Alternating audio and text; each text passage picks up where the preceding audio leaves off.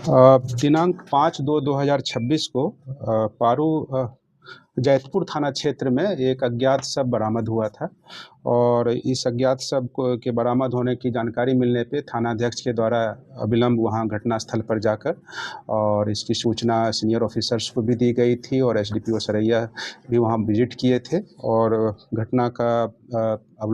घटनास्थल का अवलोकन कर उसका इंक्वेस्ट कराते हुए पोस्टमार्टम के लिए डेड बॉडी को भेजा गया था और इस संबंध में जैतपुर थाना कांड संख्या 24/26 दर्ज किया गया था। इस घटना के इंफॉर्मेशन मिलने के बाद एफएसएल की टीम को भी विजिट कराया गया था घटनास्थल पर और अज्ञात डेड बॉडी की पहचान का भी एक चैलेंज था, तो उस अज्ञात डेड बॉडी की पहचान की गई थी और वो पहचान सोशल मीडिया और स्थानीय लोगों के सहयोग से कराया गया था और उस अज्ञात डेड बॉडी का नाम जो मृतक का नाम था वो सुनील ठाकुर था, जो पारू थाना क्षेत्र के रतवारा गांव का रहने वाला था। इस घटना में उनकी घटना से संलिप्त अज्ञात अपराध कर्मियों को चिन्हित करना एक चैलेंज था और कांड की संवेदनशीलता को देखते हुए सीनियर एसपी सर मुजफ्फरपुर के द्वारा एक टीम गठित की गई थी एसपी सरैया के नेतृत्व में और इनके नेतृत्व में कांड का उद्भेदन हेतु सभी मानवीय और तकनीकी पहलुओं पर गहनतापूर्वक अनुसंधान किया गया और कांड का शीघ्र उद्भेदन किया गया है, जिसमें ये पाया गया कि ये मृतक एक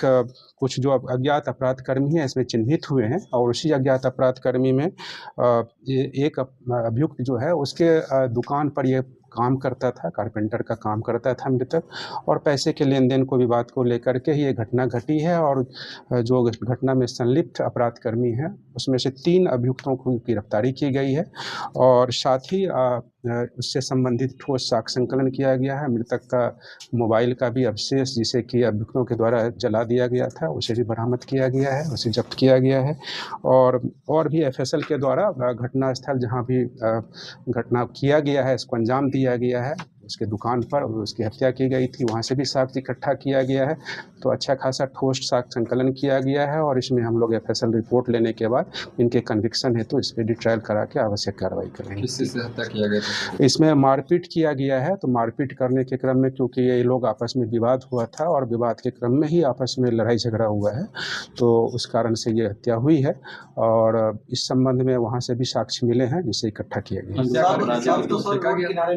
हाँ, सबको ये पैसे के लेन देन, ये एक अभियुक्त जो है वो उसका दुकान था वहाँ पे लकड़ी का ही वो कारपेंटर का उनका अपना एक दुकान है, वहाँ कई मिस्त्री काम करते हैं। ये व्यक्ति भी चला गया था सिलीगुड़ी काम करने के लिए लेकिन साल में 2-3 महीना इसके यहाँ भी आकर काम करता था, तो घटना से 2 दिन पहले ये फिर एक बार लौट कर आया था और वहीं काम कर रहा था इसके दुकान पे और पहले से कुछ पैसे के लेन देन का भी विवाद था। इसी लेन देन के विवाद के क्रम में लड़ाई झगड़ा हुआ है और इसकी हत्या करने में उस दुकानदार का भी भूमिका है और साथ साथ जब हत्या हो गई इसके दुकान पे तो फिर सबको डिस्पोज करने के लिए, डेड बॉडी को डिस्पोज करने के लिए पिकअप का मदद लिया गया। उस पिकअप चालक को भी हम लोगों ने उसमें न्यायिक हिरासत में भेज रहे हैं, उनको गिरफ्तार किया गया है, पिकअप भी बरामद किया गया है। जहां घटनास्थल पर जो डेड बॉडी को डिस्पोज किया गया था इन लोगों की निशानदेही पर उस घटनास्थल को चिन्हित किया गया है। इस बीच में जहां पर कुछ कपड़े फेंके गए हैं अभियुक्तों के द्वारा, क्योंकि उसमें कुछ और भी प्रदर्श वगैरह थे, वो भी बरामद किया गया है। साथ ही जिस घटनास्थल पे जहां जिस तरह से ये घटना को अंजाम दिया गया है और भी जो लोग इसमें संलिप्त पाए गए हैं उनके बारे में बताया गया है, तो एक अच्छा खासा ठोस साक्ष्य संकलन हुआ है और इन 3 अपराध कर्मियों को न्यायिक हिरासत में लाश को पूरा ठिकाने लगाने की कोशिश की गई। हाँ, तो इसमें हत्या करने के उपरांत साक्ष्य को छिपाने के उद्देश्य से डेड बॉडी को इन लोगों के द्वारा डिस्पोज किया गया था। लोग शामिल है इस हत्याकांड में टोटल 5 लोग शामिल हैं, जिसमें से 3 की गिरफ्तारी हुई है और जिन्हें न्यायिक हिरासत में तीनों का कुछ क्रिमिनल रिकॉर्ड, वो क्रिमिनल रिकॉर्ड हम लोग इसमें डिटेल्ड जो है सो ये खंगाल रहे हैं। अग्रतर अनुसंधान में ये चीजें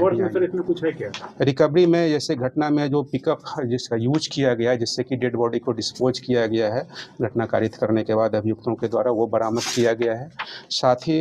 जो जले हुए अवस्था में मृतक का कीपैड, मोबाइल फ़ोन का जो डिस्प्ले वगैरह है वो बरामद हुआ है, उसे जब्त किया गया है। उसका भी जो है सो फिर हम लोग एफएसएल से डिटेल रिपोर्ट लेंगे। साथ ही घटनास्थल से जहाँ पर घटना कारित की गई, जहाँ डेड बॉडी को डिस्पोज किया गया, हर जगह से एफएसएल की टीम के द्वारा, विशेषज्ञों के द्वारा विजिट करके वहाँ से साक्ष्य इकट्ठा किया गया है और उनका रिपोर्ट प्राप्त किया जाएगा और आगे की कार्रवाई की जाएगी।